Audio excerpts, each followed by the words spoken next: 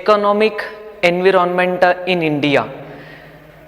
So here the economic environment of our country is rapidly changing. When in the case of introduction of new economic policy, and there are certain changes that may be made in the government policy that will going to leads to gradual increase as well as the gradual changes that can be made in the economic sector and economic environment. So here just we can able to see how the economic environment at the time of independence, before introducing the NEP and before introducing many kinds of government policy regarding about the development of economic environment in India. So just we will going to see how the economic environment of our India at the time of independence. So just we are going to learn about the economic environment of India at the time of independence. I think all of you know about how was the economic environment at the time of independence. So there are, we can able to observe there are mainly 5 characters that can be observed relating to the Indian economy at the time of independence. The first is the Indian economy was mainly agricultural and rural in character. So at the time of independence, the Indian economy was mostly depend on the agricultural activities, and most of the people they are going to at the rural in character. So that is why at the time of independence the Indian economic or Indian economic environment are more depend on the agricultural activities, and more of the people are in rural character. So this is about one character we can able to observe about Indian economy at the time of independence. The first is the most of the economy is much depend, or the most of the people are depend on agricultural. Then second is about 70% of working population was employed in agriculture. Say for example, nowadays we are going to observe most of the people they are going to migrate to the cities. Why? Because of in search of job. Why they are need to job?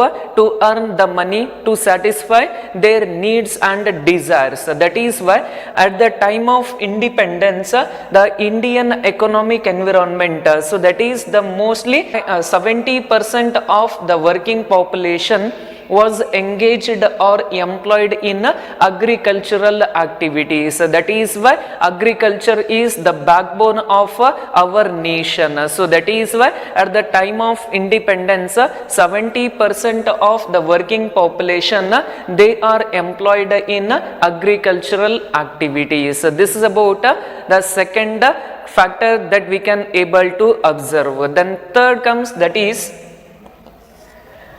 about 85% of the population was living in the villages, where the most the Indian peoples at the time of independence they are going to live at the villages. That is why we can able to observe the economic environment at the time of independence, that is about 85% of the population where they are going to live in the villages. That is the third factor. Then fourth factor is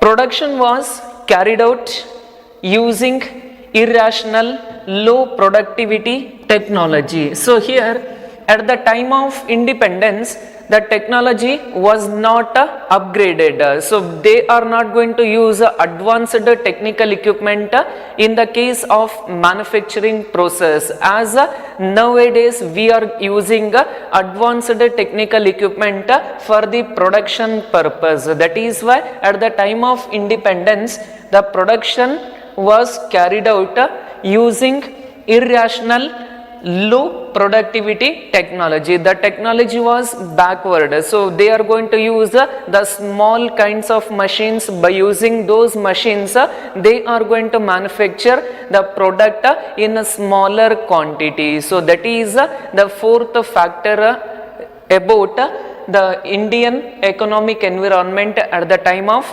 independence. Then fifth is, there was no good public health system.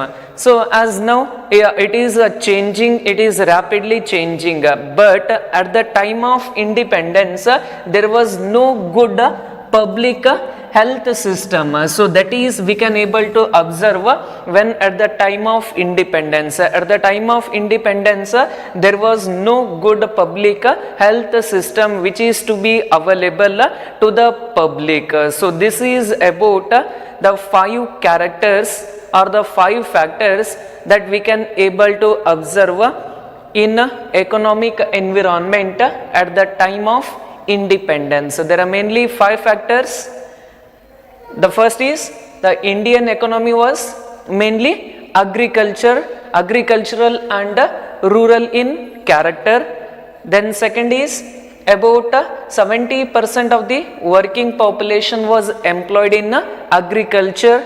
Then third, about 85% of the population was living in the villages.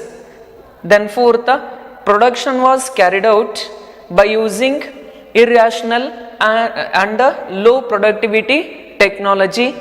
Then fifth, there was no good public health system. So all these 5 points regarding about the economic environment at the time of independence.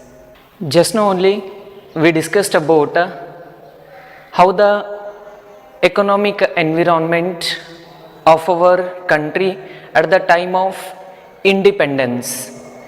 So nowadays, when you keenly observe all those factors, those are becoming the problems to the development of the economy. So where to solve the economic problems of the country, the government has prepared a development plan.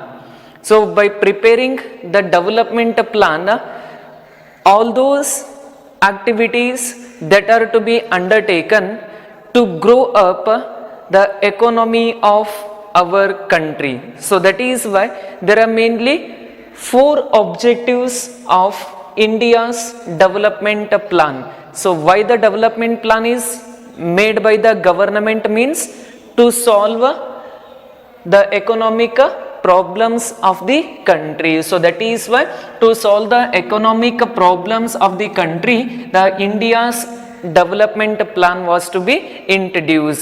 So that is why within 4 major objectives, the India's development plan is to be prepared. So let's see what are those 4 objectives of India's development plans. The first objective is initiate rapid economic growth to raise the standard of living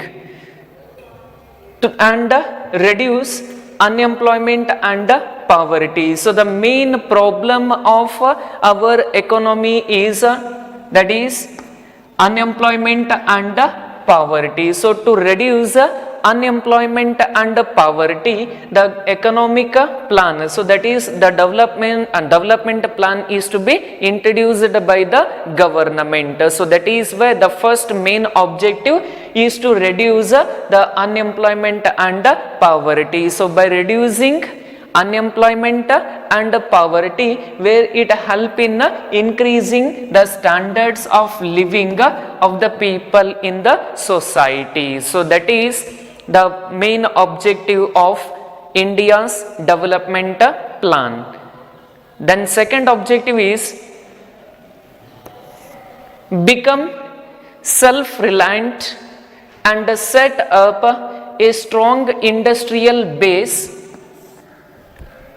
with emphasis on heavy and basic industries, where the second objective is to make the organizations self-reliant, industries self-reliant, where by creating or by setting up a strong industrial base to the industries, it will going to emphasize on the heavy and basic industries. That is why by providing all the kinds of assistance and all the kinds of support from the government, it will going to make the industries self-reliant. So that is why it will going to set up a strong industrial base with emphasis on heavy and basic industries. That is why the second main objective is making the industries self-reliant.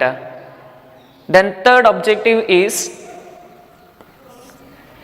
reduce inequalities of income and wealth. So that is there will be an inequalities in distribution of income and wealth among the people in a nation. So that is why to avoid this problem, the India's development plan is to be prepared. So by preparing the India's development plan, set reducing inequalities of distribution of income and wealth among the people as well as the organizations. That is about the third major objective, reduce inequalities of income and wealth.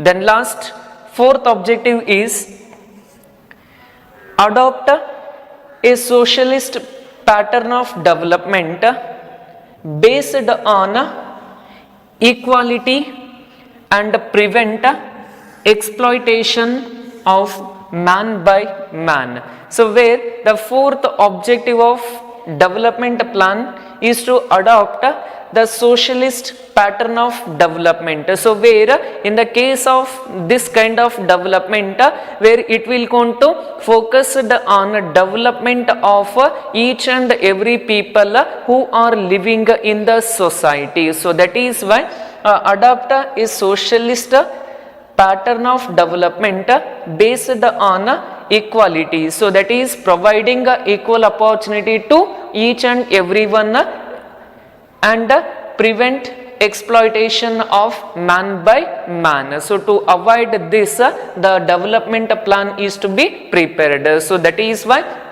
by preparing a development plan, it will going to adopt the socialist pattern of development based on the equality and prevent exploitation of man by man. So these four about the objectives of India's development plan. So why the development plan is to be prepared means to reduce to solve the economic problems of the nation. So that is why to solve all the economic problems of the nation and to make the nation economically well strong, with that purpose they are going to prepare the development plans with keeping in the view of all these four objectives.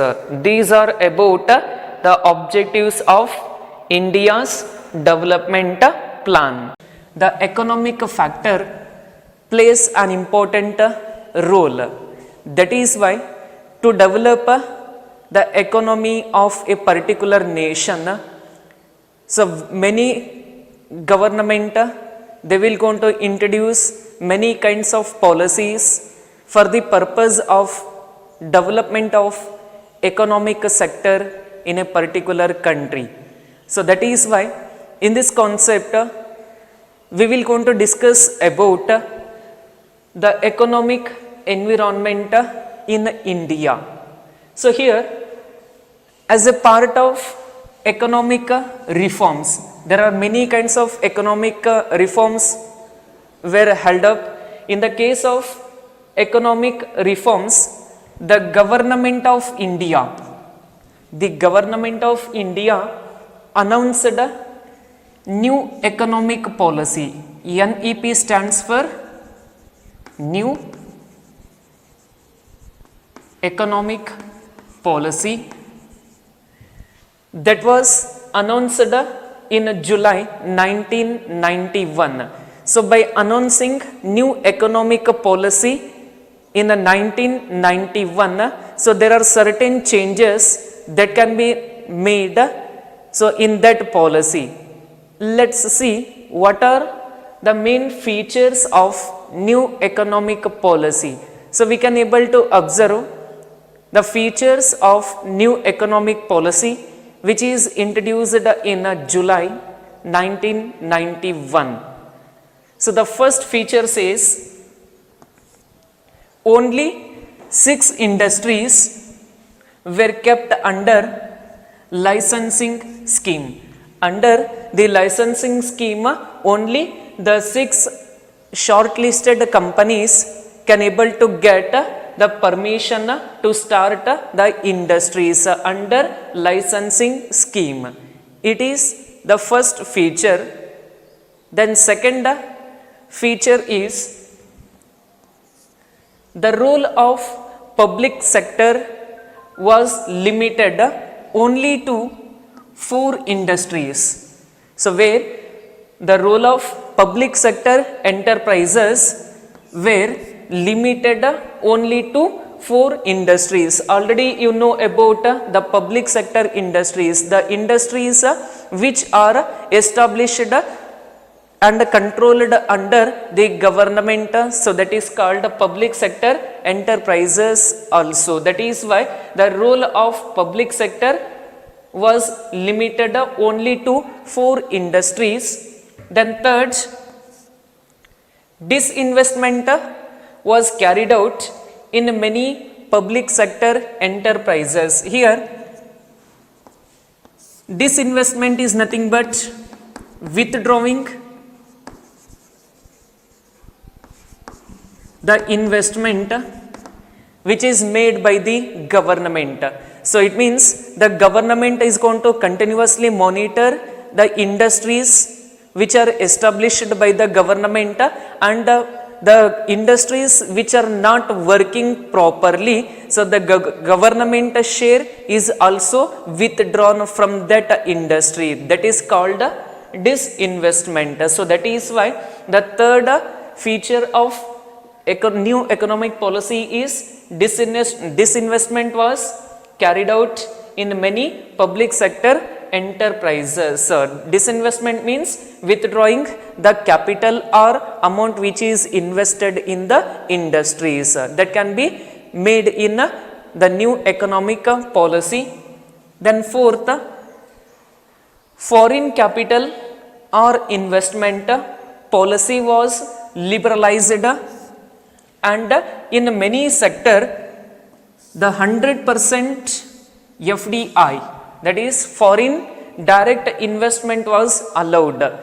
The fourth feature is foreign capital or investment policy was liberalized, and in many of the sectors 100% of foreign direct investment was allowed in certain kinds of organizations or industries. That is the fourth character. The fifth feature of new economic policy is automatic permission was given for signing the technological agreements with foreign companies. So here keep remember, the automatic permission is to be given for signing the technological agreements which can be made with only foreign companies. That is the fifth feature of new economic policy.